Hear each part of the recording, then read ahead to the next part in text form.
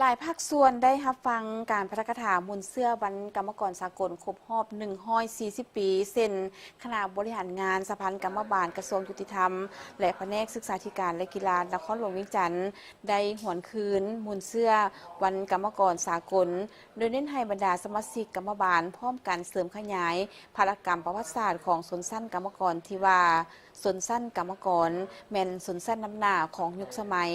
ทางติดพันกับพื้นฐานการผลิตมีระเบียบวินัยในการออกให้งานในวันที่30 เมษายนนี้คณะบริหารงานสภากรรมบาลกระทรวงยุติธรรมได้ประกาศถามหมุนเสื้อวันกรรมกรสากลวันที่1 พฤษภาคมรอบ140 ปีโดยการเป็นประธานของทานคำพันธ์บุญภาคมรองเลขาคณะบริหารงานภาคกระทรวงยุติธรรมมีสมาชิกสภากรรมบาลเข้าร่วมท่านคำพันธ์บุญภาคมได้ให้ฮู้ว่าในท้ายศตวรรษที่18หาต้นศตวรรษที่19หลายประเทศในทวีปยุโรปและอเมริกาได้สำเร็จการค้นล้มระบอบศักดินาและสร้างตั้งระบอบนายทุนขึ้นแทนภายใต้การปกครองของพวกนายทุนชนชั้นกรรมกรได้ถูกกดขี่ขูดรีดแรงงานอย่างหนักหน่วงและถูกบังคับข่มเหงให้เฮ็ดเวียก14-15 ชั่วโมงต่อมื้อ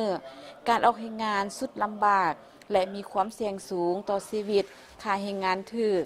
ย้อนเหตุนั้นจึงเกิดข้อขัดแย้งระหว่างนายทุนและกรรมกรผู้ใช้แรงงานที่นับมือนับหลายขึ้นชนชั้นกรรมกรและชาวผู้ออกแรงงานพร้อมกันลุกฮื้อขึ้นต่อสู้กับนายทุนเพื่อทวงให้เพิ่มเงินเดือนและลดชั่วโมงเฮ็ดเวียกลงย้อนการต่อสู้อันดุเดือดมาถึงวันที่1 พฤษภาปี 1886 อยู่ตัวเมืองชิคาโกประเทศสหรัฐอเมริกาชนชั้นกรรมกรและชาวผู้ออกแรงงานได้มีการต่อสู้สมทบกับเนื้อในแถลงการณ์เรียกร้องให้นายทุนปฏิบัติตามการเสนอของกรรมกรแต่นี่ต่อไปบ่ให้กรรมกรผู้ใดเฮ็ดเวียกเกิน8 ชั่วโมงต่อมื้อ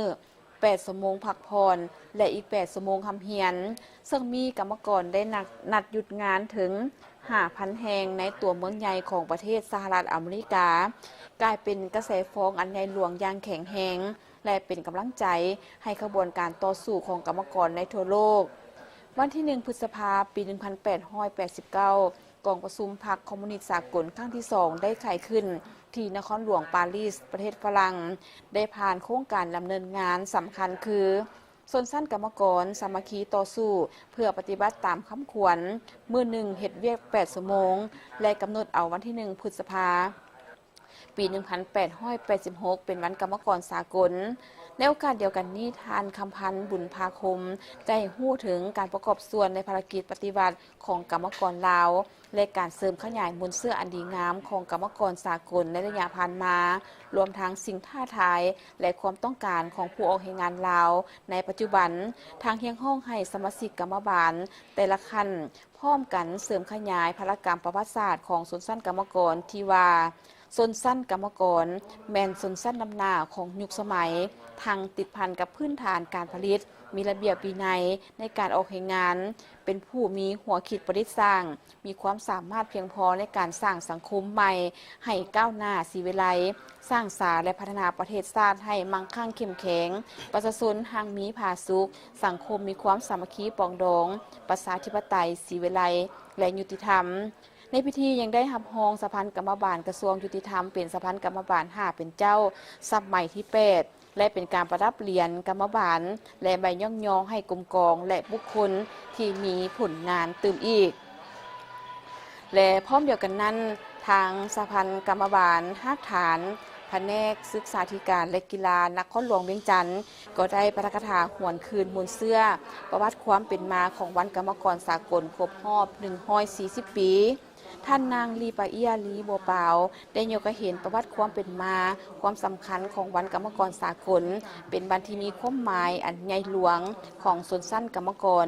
ในขบวนการต่อสู้ปกป้องสิทธิและผลประโยชน์อันชอบธรรมของตนพร้อมนั้นผู้เข้าร่วมยังได้รับฟังการเผยแพร่ ผลสำเร็จของกองประชุมใหญ่ผู้แทนสภากรรมบาลนครหลวงเวียงจันทร์ครั้งที่9และผลสำเร็จกองประชุมใหญ่ผู้แทนสภากรรมบาล5ฐานแผนกศึกษาธิการและกีฬานครหลวงเวียงจันทร์ครั้งที่4และกฎระเบียบของกองทุนช่วยเหลือซึ่งกันและกัน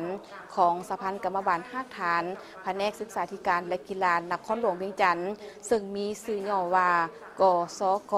ฉบับปรับปรุงใหม่ข้างวันที่27 พฤษภาคม 2025